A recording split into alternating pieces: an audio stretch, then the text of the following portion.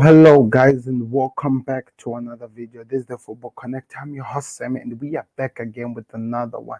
And we are talking about the performance we just saw today. An amazing performance from both clubs. I have to say, from both teams. Italy and Belgium gave it their all. Not really what we expected in the end. No, I can say that not really what we expected. But because of some of the craziness we have seen in this tournament, everything that comes these days we take. That's the only thing I can say. Everything that comes in this tournament we take, because we've seen a lot of turnarounds and a lot of things. So when I have to talk about looking at the teams that we're playing today, what I'm still yet to see a team that is gonna play enough to break Italy's record. If you didn't know, Italy have now set the longest record in unbeaten runs, like in a big tournament for such a. It's really crazy. They are saying that they have set a big, like they are unbeaten. They are refusing to lose Italy. They are just performing so well. They are winning. In fact, they almost set a long run of not even getting scored by any team, which was be removed by the team that they played with, which led them going to the extra time in the last game. But that didn't stop them performing so well against Belgium. I know that it had its own craziness and what of other things that actually found it's that also rose from this situation, but they still performed at their best. They were attacking, causing problem.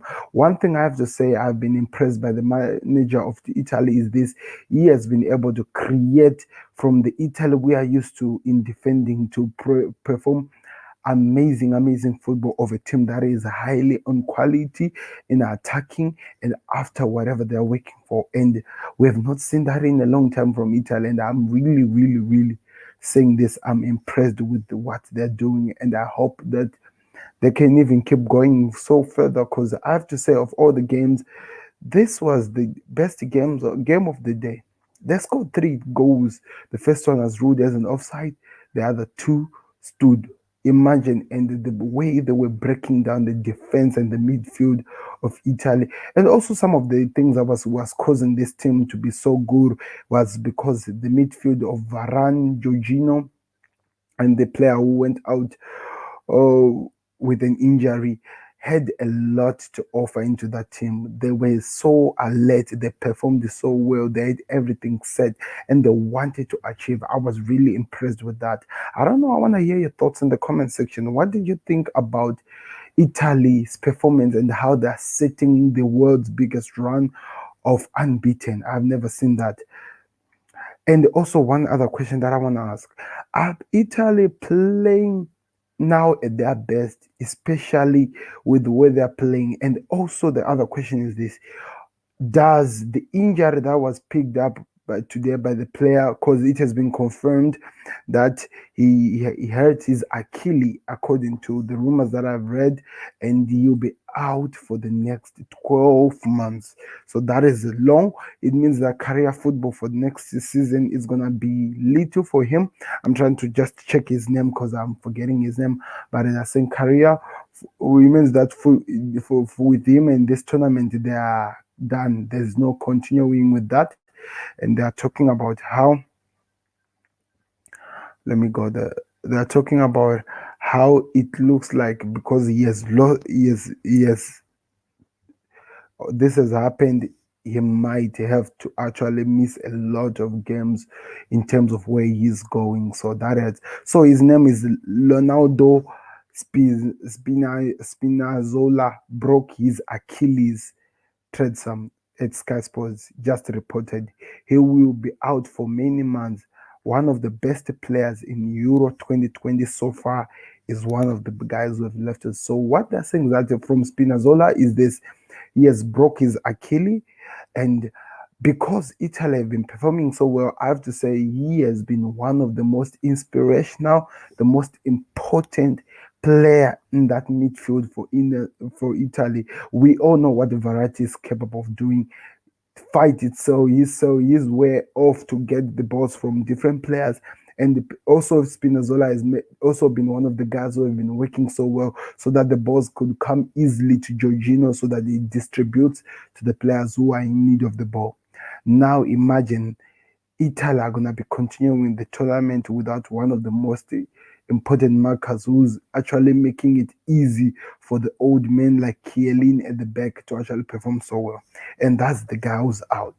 Now, the question that everyone has to ask themselves is this: what does this mean, and how is that going to affect Italy going all the way to the tournament? Because one thing that we know, they want to win this tournament, and it looks like with the way they are performing, they can definitely win it.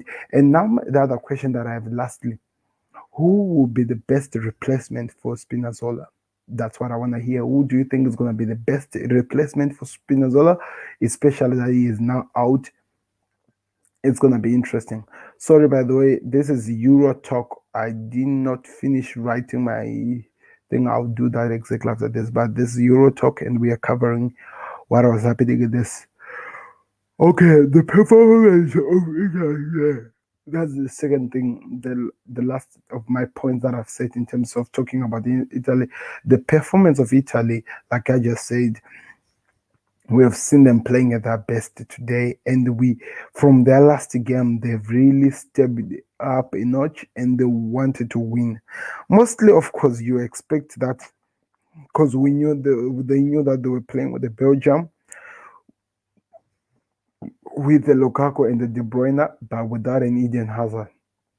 So, in other words, for them, it became so easy for them to deal with that situation. They knew that they only had to focus on dealing with with Kevin De Bruyne and the Romelu Lukaku because Eden Hazard was out because of an injury, and the De Bruyne also was coming in not really at his 100 best, but because Italy were what because Belgium were now at the point of no return, they had to try by all means to bring out at least one of their stars, and that's why they brought him. So we were watching a De Bruyne was not really fit, so that played as well a part, as well as this.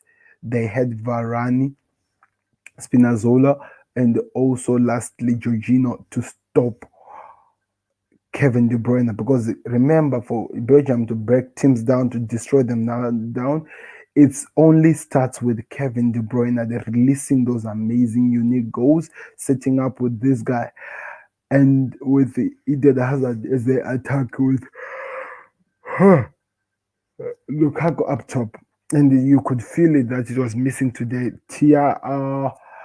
Tongan Hazard, as much as he is a good player, you could tell that he does not really understand how to work around or work with Kevin De Bruyne. That was missing. Kevin De Bruyne, he was crying after the tournament because we are looking at a player who's really, really growing. I think now he's 30s now, going somewhere else. So he's looking at his age and asking himself, the next time I play this kind of a tournament, it'll be 4 years from now. How old will he? Oh, I think it's going to be 3 years because of the COVID-19. This should have happened. Let's say, how old will he be? And how is that going to affect him from going forward? So he's actually looking at his future and he's worried that he cannot achieve anything with one of the best Germany teams that everyone are talking about, that these guys are the best. He's really, really worried. I would be worried if I was him as well. Also, even the Belgian team, because they are gonna go out in history being said that they were the world's best team without any trophy or any medal to prove that they were. So that has to be one of the most painful things that you ever gone through. Huh. Spain's performance not convincing at all. Now we are moving on to Spain versus Switzerland, people. I want to hear your thoughts in the comment section. What did you think about the performance? What can you say about what you saw? The game had to be played for 2 hours, of course, because they had to go to extra time. 90 minutes was played, then they added another what? 30 minutes, which ended up making it what? 2 hours. So my first concern is this. What is really wrong with Spain?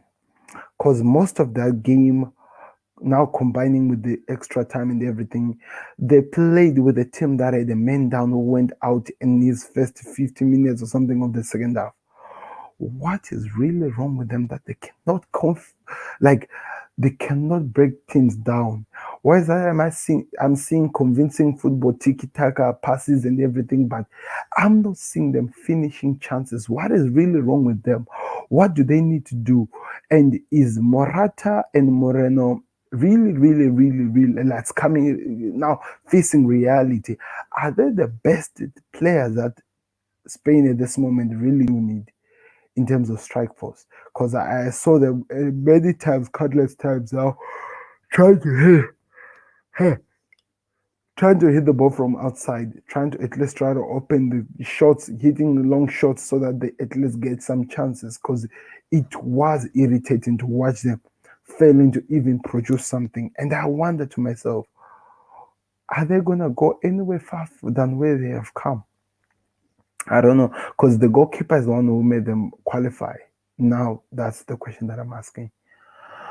Playing for 4 hours in the last two games. So Spain now including this, they would have played 4 hours of their last two games, and just a little less time to rest because they have to practice to prepare for the next game against Italy, which is it's gonna be on Tuesday. Now my question is this: with all that we have been seeing from them, are they by any chance gonna be even able to give us something to talk about? Are they gonna be able to challenge the Italy we were just watching, who are setting history after history? Can Spain have what it takes in them to challenge that Italy squad? That's the question that I'm asking because I don't see that happening anytime soon.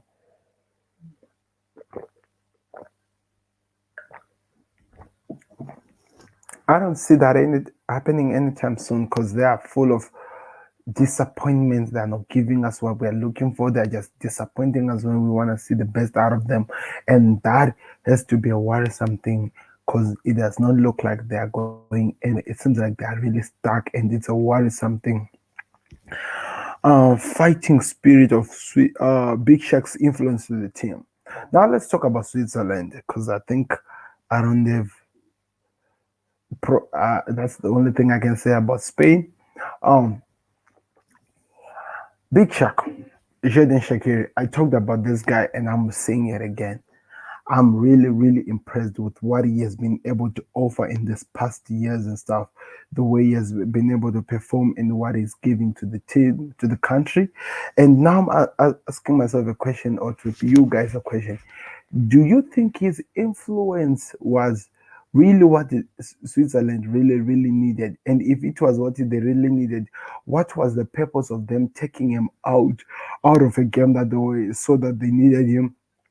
I know they'd received their red card, but they took out one of the best players that they had in the squad. And my question is this: is that not one of the reasons why this ended, led them to be losing this fixture at the end of the day? Because they took out him in the middle when it was just few minutes from him coming back. Oh, after he helped the country to score, taking them. And huh, one of the things that dropped their momentum even in penalties as they were going. I'm just asking. That's a question for you guys to let me know in the comment section. Um, Also, the fighting spirit of Switzerland. They took a Spain from 55 minutes to the end of the game without Spain even scoring anything, and they were working together for a team as a team. And I'm saying that is why how can we rate the level of that like invincibility, the fact that they have this fighting spirit in them, that they keep going after everything and they want to achieve more? How can we rate them and how impressed were we looking at how they performed? Let me know about that in the comment section because it's really interesting. I was really impressed and I loved the fact that they were fighting and they were showing that they were actually hungry to give something for somebody to smile about at the end of the day. And I've not seen that from a lot of people. And I wonder how does this go as they're about to walk away? First, secondly, Thiago Alcantara's leadership. So Thiago is a Liverpool player. I just had to mention this one before I go anywhere. He came in and he was the guy who was busy try to keep calm the youngsters who were in the Switzerland squad. The players that missed the shots, the penalty, and stuff like that. And I was just like, wow, that's amazing leadership, something that we need from a lot of players that I've not seen. That's really, really important. I saw it today and I was really, really impressed. Okay, now let's move on to tomorrow's games. I just said to talk about these things first before I go to tomorrow's games. We've got England playing against Ukraine. Who will win? For me, I said England. Which team is more together? Now I'm asking this question, it's really important because I feel like for a team to be together, it has to be carrying a less stars or whatever that will be coming here, because that helps them to focus, to work for each other, because they know that they don't have anybody they can rely on.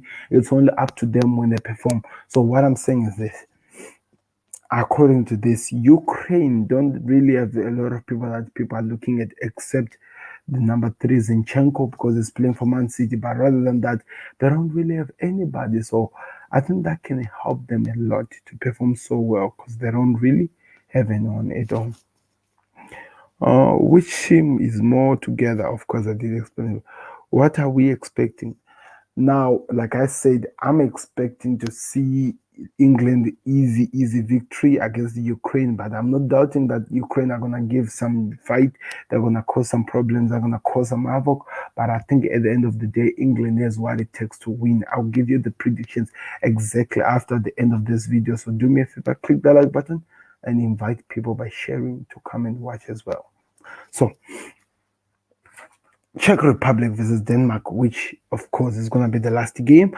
Who is more together? One thing I have to say, Denmark are more together, but at the same time, Czech Republic are also as well. Reason why I'm saying that is because, oh,